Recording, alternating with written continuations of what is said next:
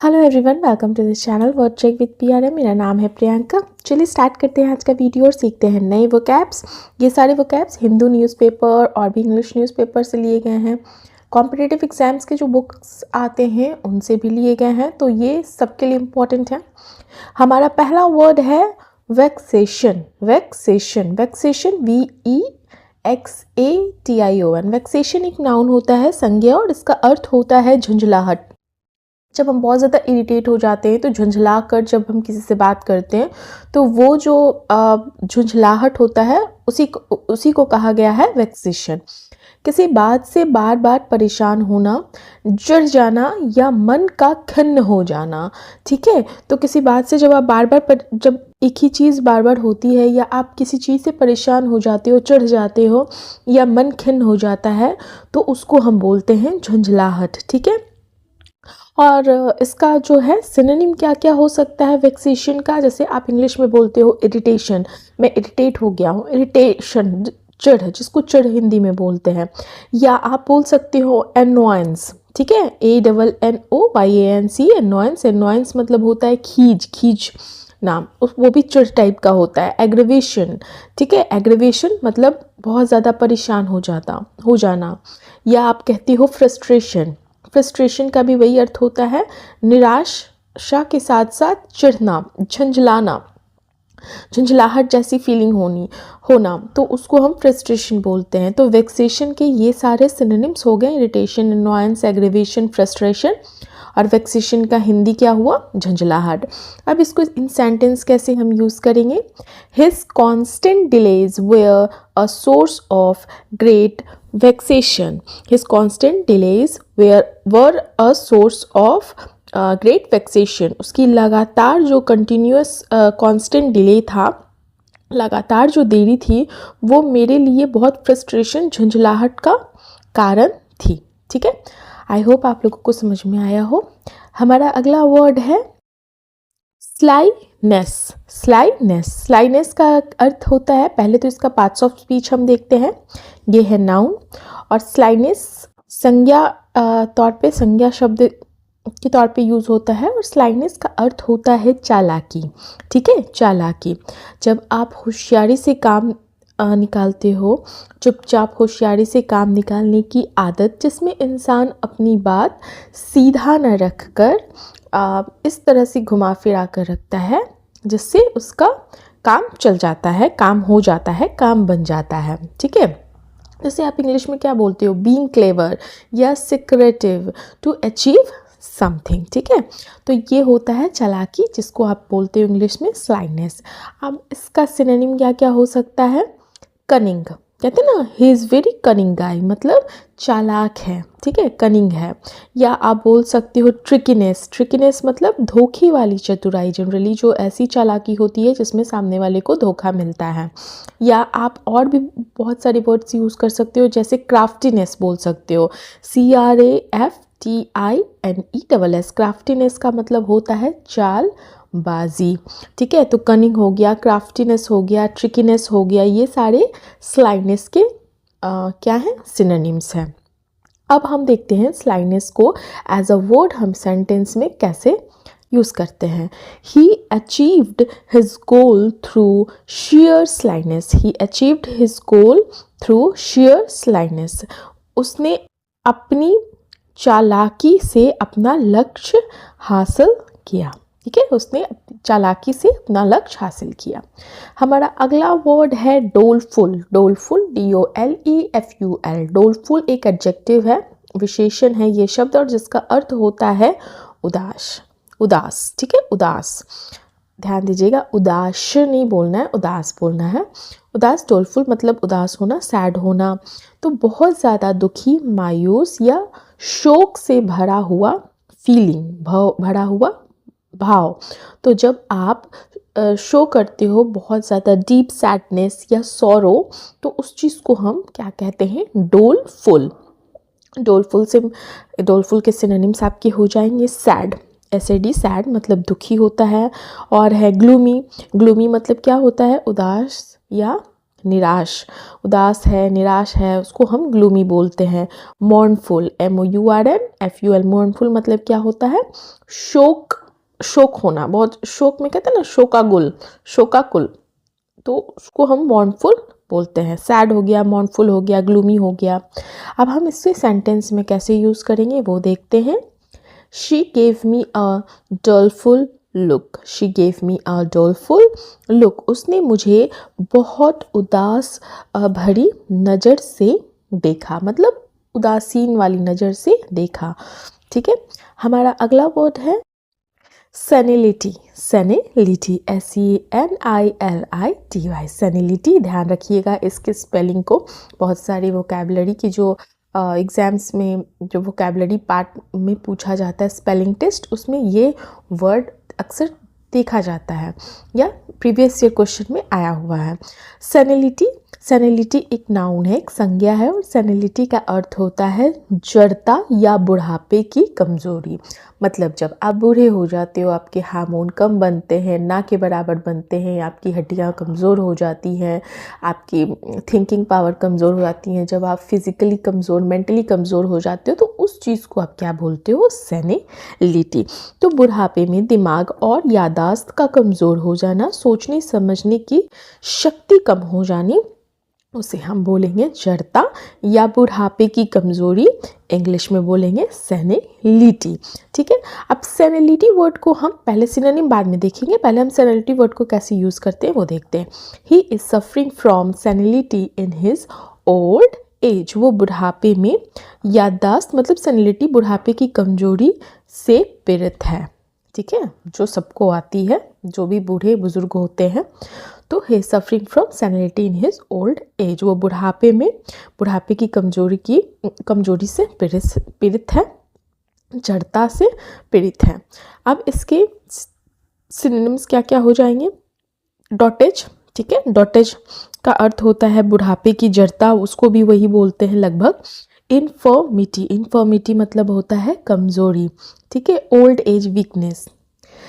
हमारा अगला वर्ड है विरिलिटी, विरिलिटी, VIRILITY, विरिलिटी। ये भी इंग्लिश में देखिएगा स्पेलिंग में, इसका भी VIRILITY, ये नाउन है, संज्ञा है, और इसका अर्थ होता है पुरुषत्व, पुरुषत्व, पुरुषत्व मतलब क्या?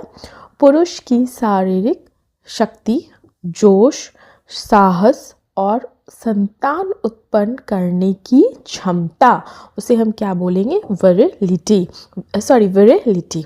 ठीक है, तो विरिलिटी का अर्थ होता है पुरुषत्व। अब इसे इंग्लिश में देखते हैं कैसे यूज़ करेंगे सेंटेंस में। The athlete was admired for his strength and virility, the athlete was admired for his strength and virility, उस खिलाड़ी की ताकत और पुरुषत्व की सराहना की गई, मतलब बहुत स्ट्रेंथ होगा, बहुत कहते हैं ना, बहुत मेल इफेक्ट जो होता है, तो उस चीज़ के लिए एडमायर उसे किया गया।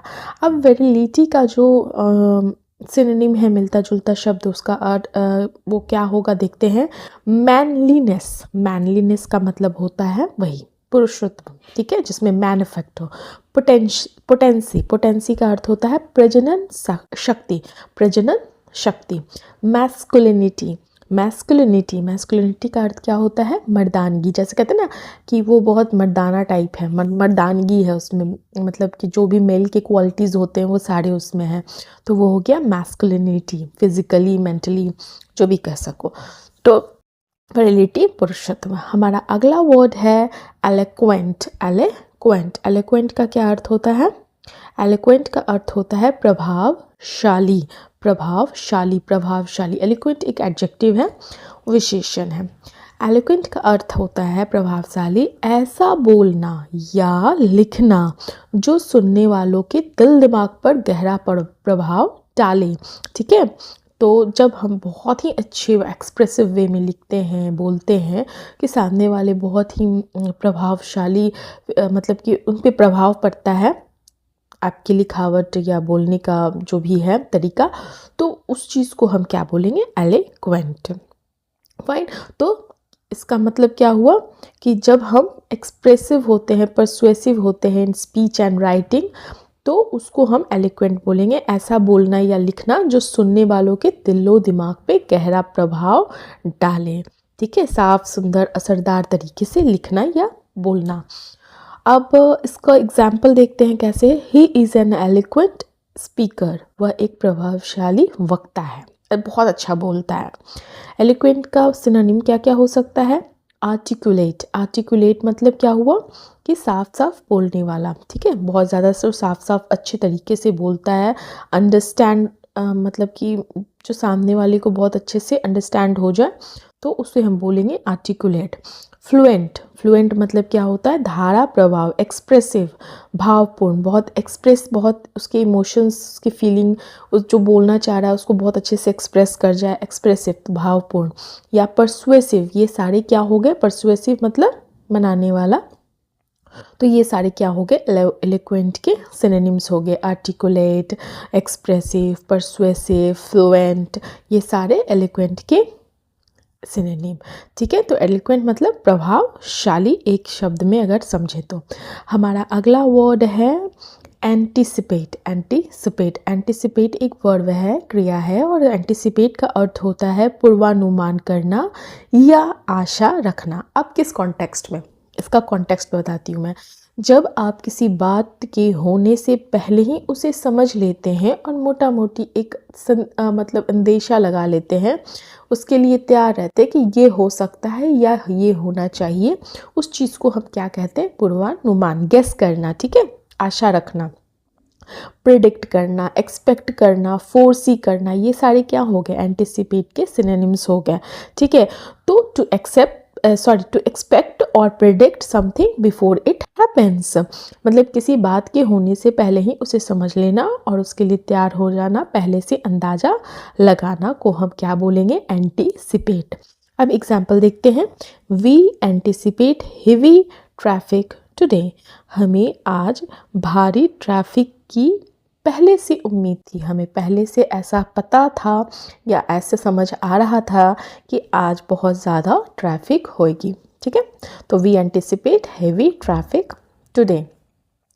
सो आई होप आपको समझ में आ रहा हो जो मैं बोल रही हूँ। और अगर अभी तक आपने मेरे चैनल को सब्सक्राइब नहीं किया है और फर्स्ट टाइम विज़िट कर रहे हैं तो प्लीज़ मेरे चैनल को सब्सक्राइब कीजिए। वीडियो पसंद आती है तो लाइक ज़रूर कीजिएगा। अगर नहीं पसंद आती है तो मैं ज़बरदस्ती नहीं कर रही हूँ, आप मत लाइक कीजिए। और अगर कुछ कमेंट करना चाहते हैं तो कमेंट बॉक्स में कमेंट अपना ड्रॉप कीजिए, ज़्यादा से ज़्यादा लोगों के साथ शेयर कीजिए। चलिए, हमारा अगला वर्ड है कमेमोरेट। Commemorate, COMMEMORATE। कमेमोरेट जो होता है एक वर्ब होता है और इसका अर्थ होता है स्मरण करना। स्मरण करना मतलब किसी खास व्यक्ति को, किसी खास घटना को या किसी खास दिन को याद करना। टू ऑनर और रिमेंबर अ पर्सन, इवेंट और एनी सेरेमनी और एनी सेलिब्रेशन, तो इसको याद करने को स्मरण करना कहते हैं, कमेमोरेट बोलते हैं। फाइन, किसी महत्वपूर्ण व्यक्ति को या ऐतिहासिक घटना को याद में कुछ करना, जैसे समारोह करना, मनाना, उस चीज़ को श्रद्धांजलि देना, तो उस तरीके से स्मरण करने को हम क्या बोलते हैं? कमेमोरेट। ठीक है, इसका एग्जाम्पल देखते हैं। We commemorate Independence Day every year, हम हर साल स्वतंत्रता दिवस को स्मरण करके मनाते हैं कि उस डेट को हमारा स्वतंत्रता दिवस, स्वतंत्रता हमें मिली थी, इस चीज़ को हमने याद किया, स्मरण किया और उस एवज में हमने उसको सेलिब्रेट किया। तो इस तरीके से जब हम किसी चीज़ को, इवेंट को, किसी व्यक्ति को श्रद्धांजलि देकर या किसी चीज़ को सेलिब्रेट कर कर इवेंट को मनाते हैं, स्मरण करते हैं, तो उस चीज़ को हम क्या बोलते हैं? कमेमोरेट। ठीक है, अब इसका सिनोनिम क्या क्या हो जाएगा? रिमेंबर करना। ठीक है, रिमेंबर मतलब याद करना। ऑनर करना, ऑनर HONOR, ऑनर मतलब सम्मान देना या सेलिब्रेट करना, मनाना। मार्क MARK, मार्क भी होता है यादगार के रूप में मनाना। तो ये सारे क्या हो गए? सिनोनिम किसके हो गए? कमेमोरेट के। तो कमेमोरेट का अर्थ हुआ स्मरण करना, सिनोनिम हो गए रिमेंबर, ऑनर, सेलिब्रेट, मार्क वगैरह। ठीक है, हमारा अगला वर्ड है रैक। रैक, WRECK, यहाँ पे W साइलेंट है, रेक बोलेंगे। और रेक एक वर्ब होता है। रेक का अर्थ होता है तबाह करना, टू डिस्ट्रॉय, किसी चीज़ को बुरी तरह नष्ट कर देना, इतना कि वह काम लायक न रहे। टू डिस्ट्रॉय और बैडली डैमेज समथिंग और एनीथिंग। तो जब हम किसी चीज़ को बहुत बुरे तरीके से बर्बाद कर देते हैं ताकि आगे यूज़ में ना लाया जा सके, उस चीज़ को हम बोलेंगे रैक। अब इसको इंग्लिश में कैसे यूज़ करेंगे, सेंटेंस में कैसे यूज़ करेंगे? The storm raked the village, the storm raked the village. तूफान ने गांव को तबाह कर दिया, मतलब पूरा चीज़, गांव की पूरी चीज़ को ख़त्म कर दिया, निस्तो नाबूद कर दिया, डिस्ट्रॉय कर दिया, रूइन कर दिया। ये सारी क्या है? रैक के सिनोनिम है। डिस्ट्रॉय नष्ट करना, रूइन, रूइन का मतलब क्या होता है? बर्बाद करना।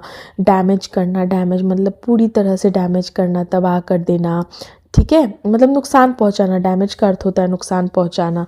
एक और सिनोनिम हो सकता है डिवास्टेट, डिवास्टेट, ठीक है, डिवास्टेट का अर्थ होता है पूरी तरह से तबाह कर देना।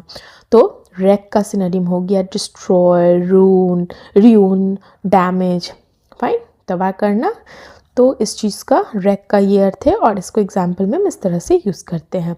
अच्छा, रैक का रैक्ड हो गया क्योंकि ये वर्ब है, ये सब पे ध्यान दीजिएगा जब आप सेंटेंस में वोकैब यूज़ करते हैं तो।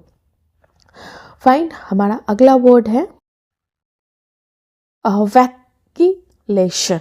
वैक्यूलेशन, वैक्यूलेशन एक नाउन है और इसका अर्थ होता है दुविधा या हिचकिचाहट।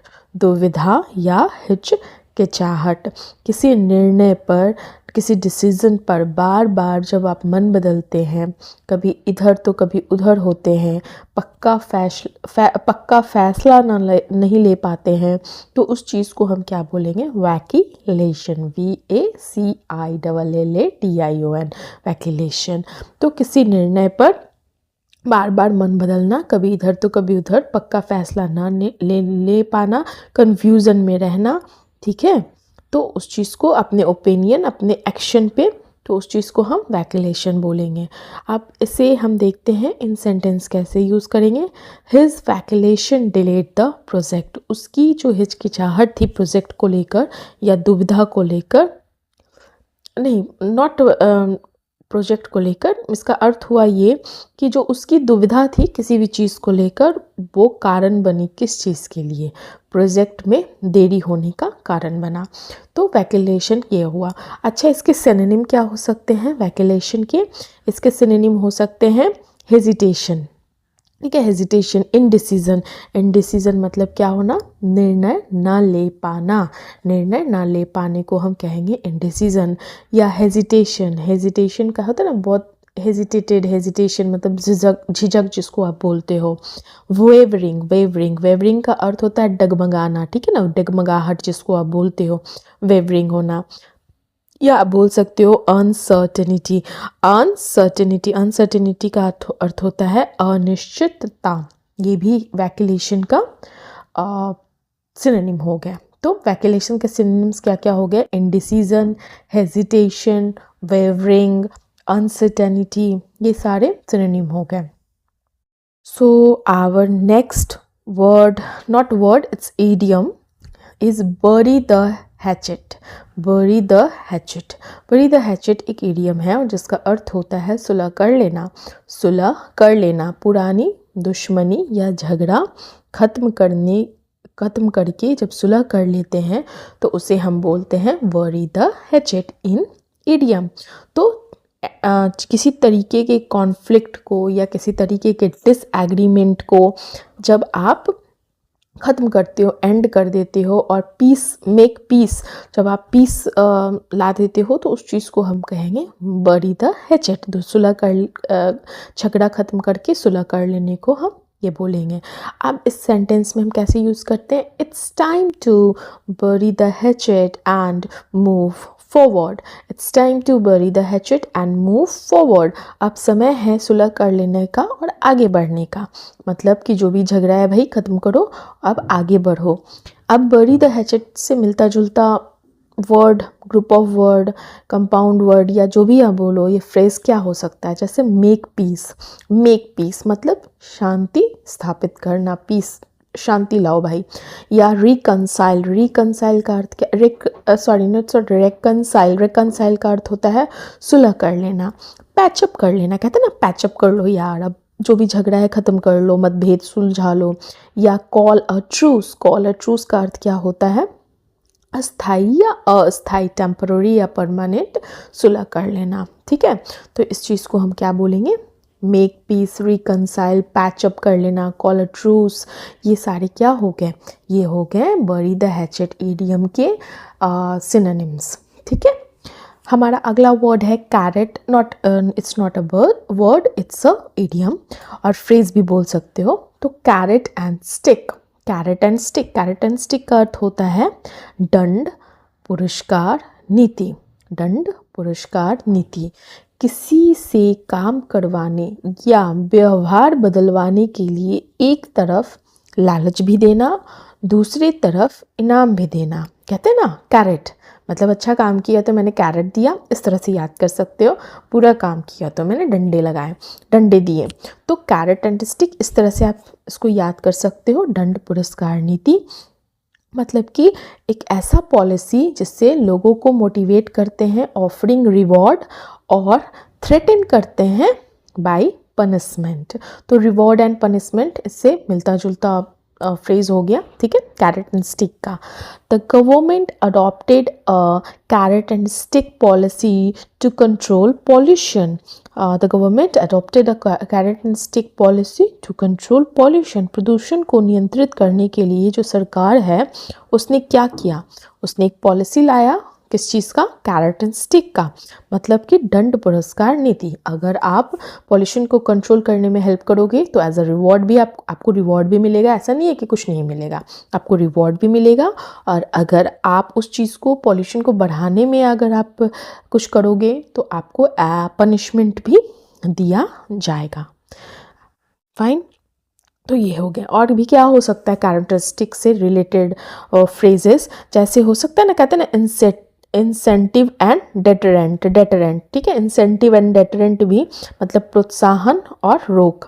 या मोटिवेट करना, वाई फियर एंड रिवॉर्ड, ये सब भी मिलता जुलता इससे फ्रेजेस हो गए, ठीक है।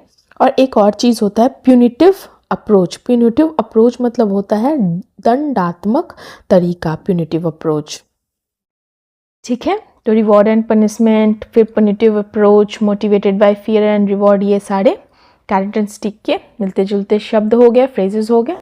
So thank you, have a nice day.